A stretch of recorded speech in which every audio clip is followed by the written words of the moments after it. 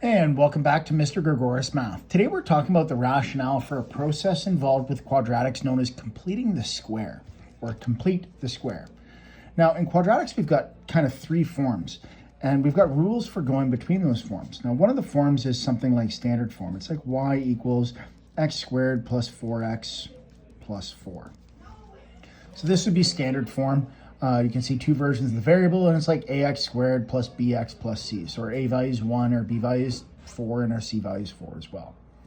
Well, we also have vertex form, and vertex form is y equals x plus 2 squared, and then maybe there'd be plus something else. So maybe it would have like a plus 1 or a plus 3. But for the sake of showing that there's equivalent forms, I'm going to say that this form and this form are equivalent. So these two quadratics are exactly the same. Now there's two ways to get here. One of the ways is we can actually factor.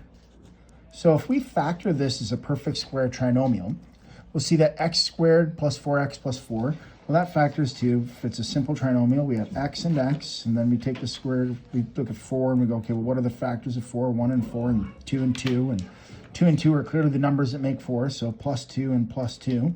We go, hey wait, that's x plus 2 squared, so this is factored form.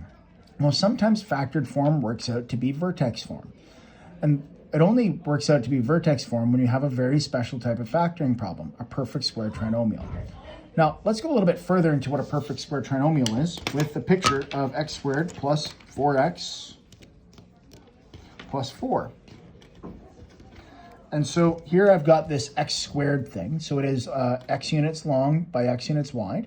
And then I have an x thing. It's 1 unit wide by x units long. And then I have these ones. So it's like 1 unit wide and 1 unit long. So this is x squared plus 1, 2, 3, 4x plus 1, 2, 3, 4. It's this one, x squared plus 4x plus 4. I can turn this into a physical square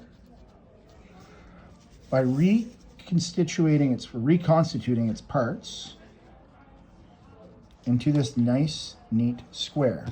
And what you can see is the length here is x, and then there's 1 and 2, so it's x plus 2. And the width is 2 and this x length, so it's x plus 2. And that's the reason why I've got x plus 2 times x plus 2. This area is x plus 2 squared. So neat. That's kind of where the idea of completing the square comes from.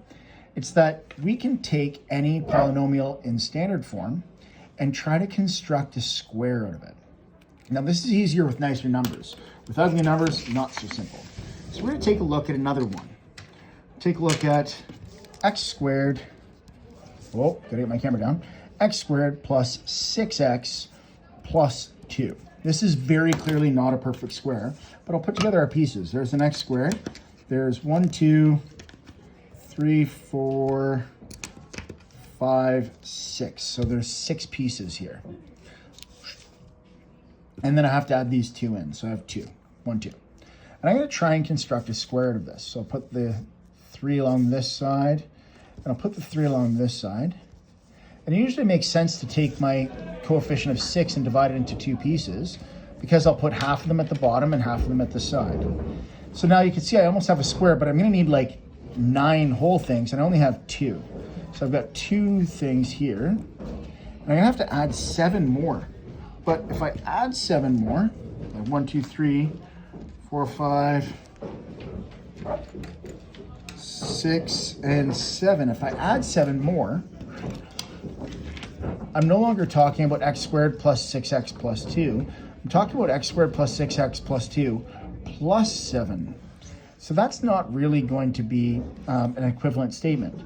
So I'm also going to write minus 7, and that's going to seem weird because plus 7, minus 7 cancel each other out. Well, adding the 7 allowed me to construct this nice, perfect square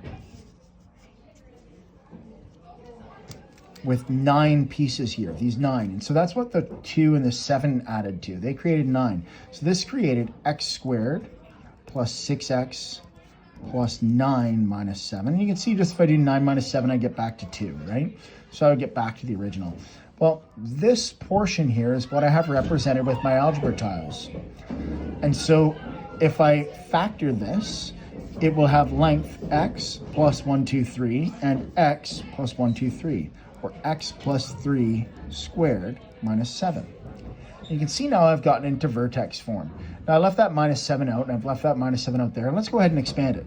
So x plus 3 squared is going to be x plus 3 times x plus 3 minus 7, which is x squared plus 3x plus 9 minus 7. 9 minus 7 is 2. And we have x squared plus 6x plus 2, which is exactly what we had started with. So my argument is that this standard form and this vertex form are equivalent to one another. All I had to do was figure out how much I needed to add these 7 units here and subtract to complete my square. So that's the rationale for completing the square as told through algebra tiles. You're actually creating a physical square and seeing, hey, what's that gap? Now, sometimes we can also have too many things, and we'll get to that example next. It's a really easy example to flip through. So speaking of flip, we'll flip our piece of paper, and maybe we'll do x squared plus 3x. Sorry, let's do 4x. It's important to stick with even numbers when we're doing these constructions, because I don't like breaking plastic in half, plus 5.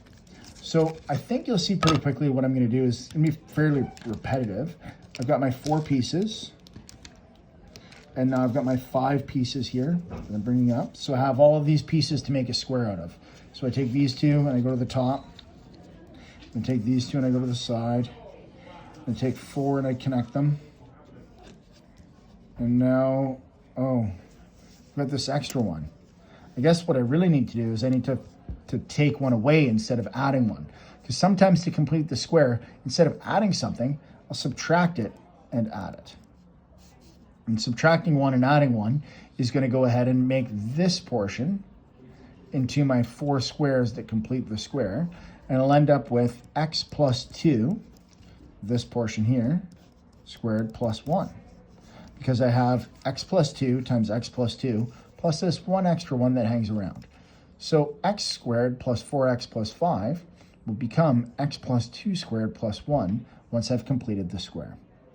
Now, there'll be another process to do this without algebra tiles. And that process is going to involve dividing things in half because we're taking half of this second number and putting it above and below. And it's going to involve adding and subtracting things because we're going to be adding and subtracting values to go ahead and complete that corner that makes this thing a square. So this is the rationale for completing the square.